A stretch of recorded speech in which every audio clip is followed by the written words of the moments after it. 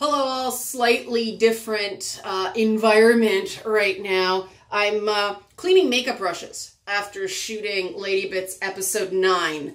The makeup for the 2000s was a little bit rough on my brushes, so I'm talking to you while I'm cleaning them because they're like full of like purple and green and white makeup. So not white like the goth episode, white like eyeshadow. You see it. You see it on my face. Not something I'd wear today, let me tell you. But that was the style back in the day. God, I don't know why. In retrospect, the fashions of that decade were frickin' horrible. Both the 90s and the 80s were better. Those were kind of fun. This decade, I freaking got through it. But more on that later. That's not what I'm talking about today. What I'm talking about today is the stuff that erupted. I guess it started Friday and then continued over the weekend surrounding Boogie2988 and a podcast he did, the H3 podcast, that I'm assuming had to do around VidCon because they were in like close physical proximity to each other. Don't make that dirty. But in the podcast, Boogie said some things that got some people rather irate. And I'll say off the top, I don't understand why anybody would be irate over anything Boogie2988 says. He's one of the gentlest, sweetest guys on YouTube. That's why I like him so much. You guys know I like my Momo style, like cuddly softness. I really do not understand why anybody would have such a serious issue with Boogie. But at least now I can say I tried to find out. I spent a good 2 hours today, so yesterday when you're watching this, talking to a few people who I thought were being, well, I put up a tweet saying, you know, you can disagree with someone without thinking they're evil, and a couple people jumped in to say how, well, they deny saying that they thought Boogie was evil, but they disagreed with my tweet. So, you see what I mean? Like, they were objecting to what I said while claiming that they did not object to the central premise of what I said. This was not a logical conversation, and that's one of the things I learned. Now, what did Boogie say that got everybody so irate? Well, it seems like that was a tale that grew in the telling. The comment I saw on the actual cast of pods was a comment he made about, and the way I interpreted it, and this is just my interpretation, it's not gospel, right? But the way I interpreted it was he was just voicing something where he was like, I know this is not popular, this is not as progressive as some people would like, but, you know, I think I should have the right to say it without being attacked. That was sort of the context of what he thought he was saying. But he said basically that he personally thought if people are going to get physically hurt, that something like gay marriage, for instance, maybe you should hold off so that people don't get hurt over something like that. And people went nuts. People claimed he was saying that the people who were killed in homophobic violence deserved it or brought it on themselves. Full disclosure, I was a gay rights activist during the 1990s. I was a women's rights and gay rights activist during the 1990s after the L'École Polytechnique shooting. Yes, Canada's had mass shootings. But I was involved in White Ribbon. I stuck with that for quite a while. I did calendar shoots for, it was an organization called Heterosexuals for Same-Sex Equity. I don't really consider myself heterosexual, if that matters to anybody. But, you know, it was raising awareness and money for the organization, which primarily goes out to places in, like, you know, rural areas like Northern Ontario and stuff like that. Letterkenny places where there are still people who aren't totally cool with gay people, and you know, the whole idea of the program, which I liked, was to let straight dudes talk to straight dudes so that straight dudes can feel more comfortable accepting gay people. And it's kind of nuts that people still have to do this, I think. But one of the things that I have been very buoyed by, one of the things that keeps me going, some days just barely, but right side of barely, is that things have improved a lot since the 90s when I was doing this sort of activism. Now I'm nowhere near queer enough to qualify, but then I was plenty gay enough. But one of the things we had to contend with was in our neighborhood, there was a real clash between the predominantly black churches in the neighborhood, which were riddled with homophobic messages, and the rights of the gay kids at school who were being beaten by family members trying to beat the gay out of them and thrown out of their house with nowhere to live, and like people were getting put on student welfare. And the crazy thing about student welfare in the 90s in this part of Toronto was that in order to qualify, your parents actually had to say they were kicking you out. They would not take you, which is terrible methodology by today's standards, because that means the abuser determines whether or not you have enough money to live on. But back then, you know, there were kids, predominantly kids from Roman Catholic families, whose parents were so disgusted by the fact that they were gay that they were willing to sign the papers that no, they were not allowed to live under the roof. So you've got these 16-year-old kids who were forced out of, you know, forced to come out, forced to be openly gay because everybody kind of knew what happened, clashed with the very real, how do I explain this? I don't want to get into this too much, but the sort of holdovers from other oppressive things involving black people and the destruction of indigenous Afro-Caribbean cultures, along with the sort of gender-bending ritual that goes on in some of those cultures. And they sort of stamped out anything that reeked of cross-gender performances or homosexuality, because they wanted to get those, you know, black people away from the evil demons. So it was threading a needle, and I'll admit I didn't handle it well. When I first started, I made a lot of enemies. I put a lot of people off because I didn't understand the other side. I understood love is love and all that stuff. I did not understand the very complex socio-political stuff that these kids were laboring under. The power of megachurches, the self-shame, the destruction of tradition, and all that stuff that goes on with certain communities. And so, you know, it was, and I've talked about this before, that was a time when, you know, if two guys held hands in the hallway at school and maybe gave each other a chaste little kiss, people would get very upset. You know, the terms, you know, blood clot batiman would come out, and there would be, there would very potentially be violence, and the understanding at the time was that the aggressive act was actually two guys holding hands and kissing. That's how far things have come. But the reason we were able to sort of have a meeting of the minds there, because if we just yelled and screamed and called each other names the whole time, nothing would have come of it. We just would have been enemies, and there would have been a lot of fighting and you know, a lot more violence. Instead, it just kind of happened that we sort of found common ground through the arts and assemblies and things like that. We did, I think I've talked about this before, we did like a Depeche Mode number at a school assembly that was, these guys thought was cool, and so it's like, all right, kid, you know, you're okay.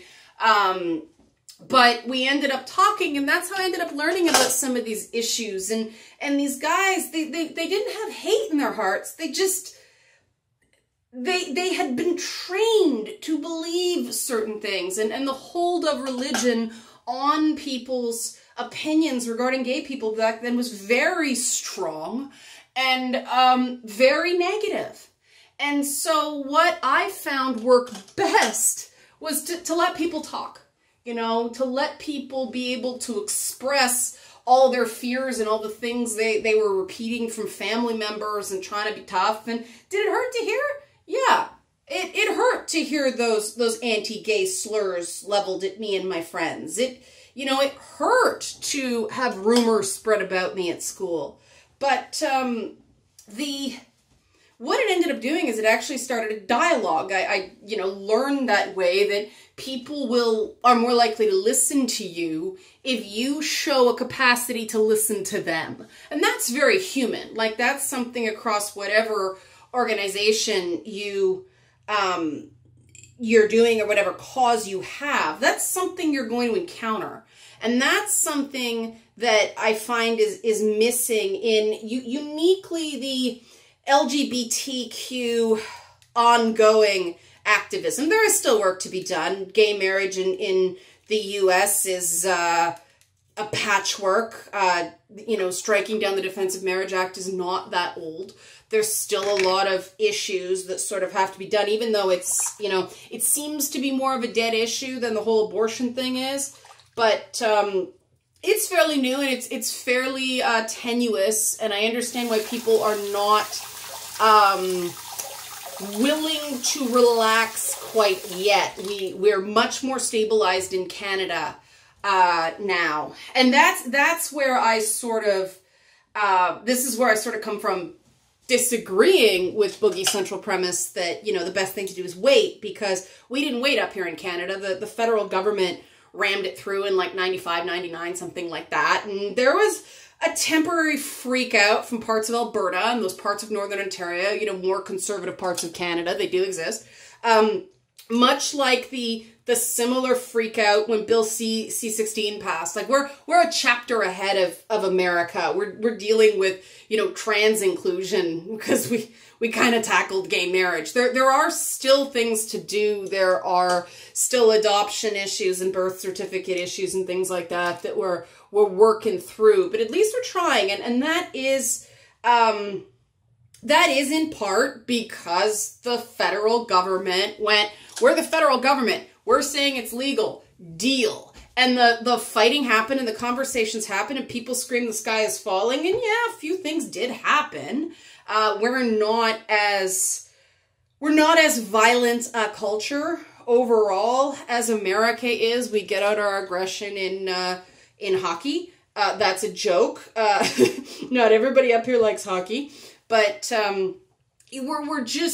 we have a different take on things up here. And so that's why I'm like, all right, I disagree with Boogie on this point, but I'm not going to just shut out his opinion, because first of all, he's American, and one of the things that Canadians understand we don't understand about Americans is sort of the tendency for Americans to flip out and start shooting people that we don't have. And I admit, we don't understand your ways, Americans. We just know that we have to be extra polite. If you think we Canadians are super polite people, that might be because we're afraid you're carrying a gun. That was a joke as well.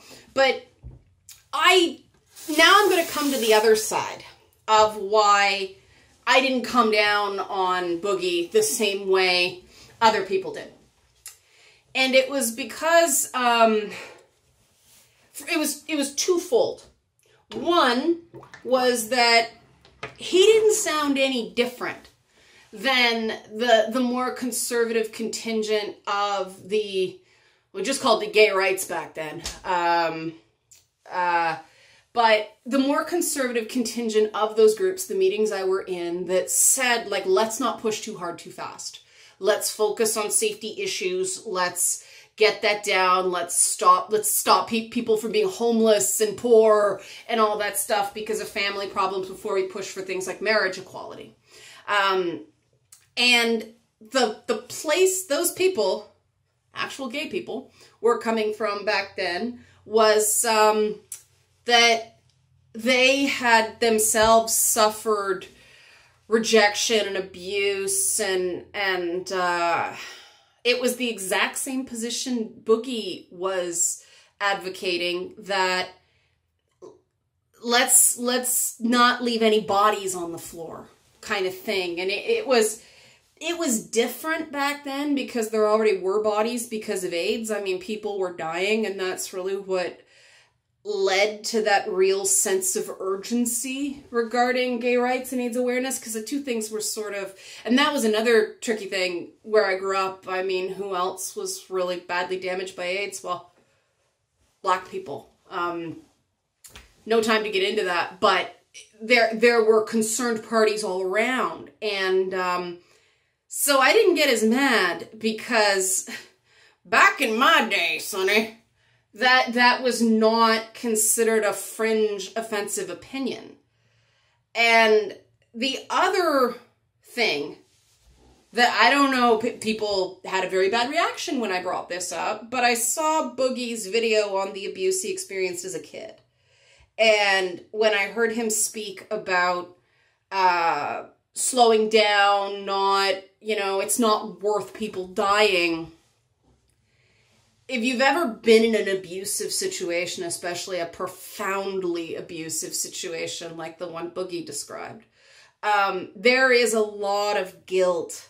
And I'm not saying I know this for certain. I'm just saying, generally, why the benefit of the doubt applies here. There is a lot of guilt with surviving, with the things you have to do just to appease the abuser. And there's a lot of residual guilt and trauma that's based on not so much what the abuser did to you, but what you did to try to avoid or delay or lessen abuse. And knowing this is in his past, and knowing, the thing that blew up the year before with Anita Sarkeesian and him saying, well, let's not leave anyone behind. And I mean, the year before that, he said, people of color and gay people and things like that, LGBT people, they have it worse. I'll take your word for it. Like, probably. I thought this was him attempting to walk a tightrope of someone who doesn't experience that experience. He's not gay. He's not a person of color, everything like that. But he's trying to have empathy for people. He's not trying to claim he understands, and I give him points for recognizing that, no, you don't know what it's like. You don't understand that intense sense of, like, dread when you kind of realize you're not like other boys, to quote Michael Jackson. But that was from Thriller, not, the bad stuff that people associate with Michael Jackson. But there's a comment right there that if people wanted to, they could take that and twist it and do all that stuff. And that's the unfortunate nature of the internet, is there are some people who just want to be outraged and they're not willing to hear someone out. But that's why I wanted to make this video, because anybody who has followed Boogie's content for any time would know he doesn't hate anybody.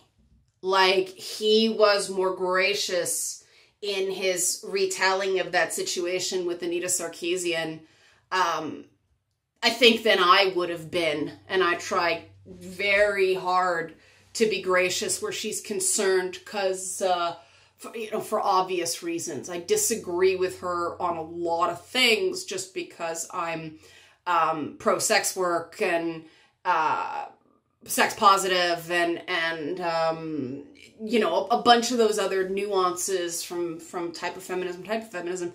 And I want it to be very clear that it's not personal, that you can disagree with somebody's opinions without hating them as a person. I wish her camp would extend the same more than they are. But I thought he was very gracious about the whole encounter. I thought he was very much trying to see her side, and he was very mature in the fact that he gave her credit for at least hearing him out, even though, you know, she didn't accept anything he said.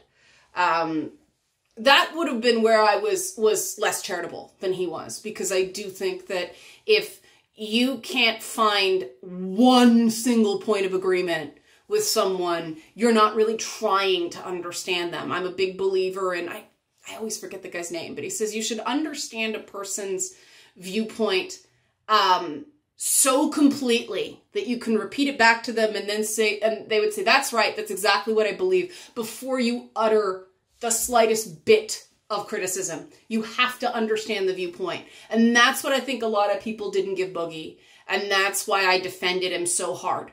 And I thought I was in a unique position to defend him because I didn't agree with him. You know, I do see his perspective because I'd heard it before. It was like deja vu. And people who say these things are not, I won't even say they're not bad people. They're good people. Everybody essentially wants the same thing, which is equal rights for everyone in most cases. And we just don't agree about how to get there. And that's a totally different fight than arguing whether gay people or trans people or all that stuff deserve equal rights at all. There are, bizarrely, some people who don't think that. If you have a person who is just like, my religion says that, you know, they're abominations and they're going to hell, is what I was told during my teenage years. Apparently having spotted skin is a mark of Satan. Did you know that? I didn't until I was 15 years old.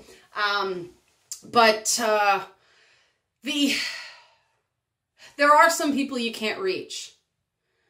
Boogie is not one of these people, and I want to be clear, I'm not trying to convert him. If it does not matter to me whether he changes his mind on this issue at all.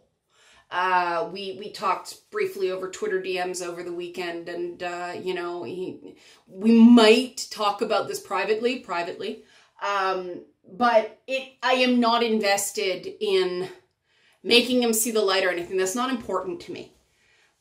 What's more important to me is validating that he is a good person. And I saw that he had good intentions. And someone like that, who I can legitimately see, we're trying to get to the same place. I believe he truly believes in equality for all, in this case, LGBTQ plus people. So that's all that matters to me. And once you hit that point, once you can agree that this is something that you know, not straight, not cis people deserve, then you can have an ongoing conversation, and that conversation can go on for years.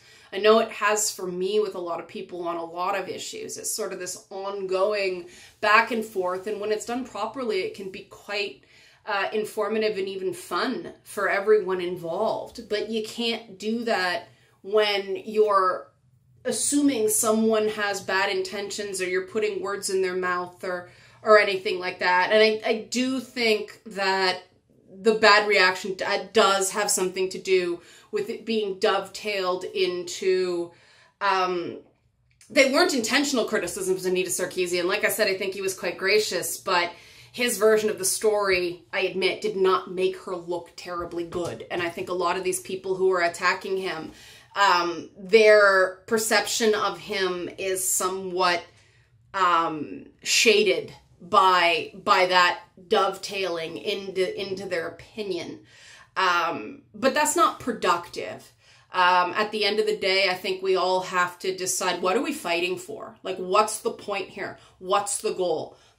I know, spoken like a true INTJ, I come by it honestly, but if we lose sight of that goal, which is equality for all, then yeah, we descend into these very personalized fights about this, that, and the next thing that don't really benefit anybody. But if we keep our eye on the prize, we recognize that it's not about getting over the line today. It's about getting a little bit closer.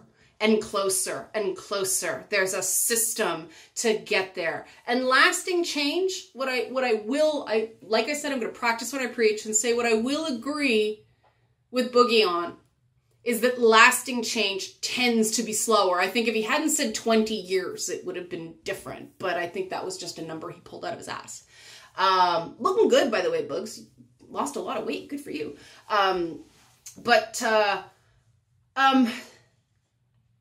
I really don't think he's the enemy. I think he wants what everybody else wants. And I would be a complete hypocrite if I didn't give him that. I have no desire to not give him that. If you give, people are more likely to give back to you. If you attempt to understand another person, they're more likely to attempt to understand you. Now, there's no guarantees.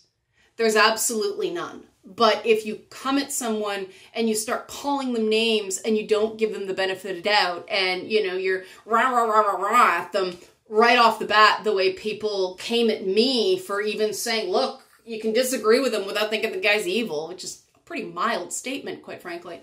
But if you come at someone hard like that, you are practically guaranteeing they won't listen to you. They may shut up and they may slink away, but you're not actually convincing them. And I think that's, from what I saw, was what Boogie was really trying to say, is that his focus is on education, and I'm completely fine with that.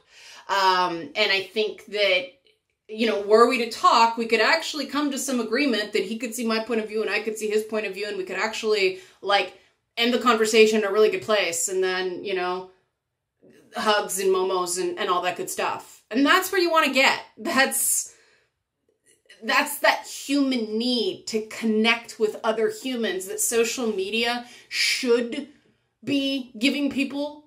But for whatever reason, people are using it to take us in the opposite direction. So this is my attempt to do the exact opposite in my bathroom while I'm cleaning makeup brushes. This is kind of surreal, but that's my attempt. Love you, Boogie. Hang in there. I think you're awesome. That's all.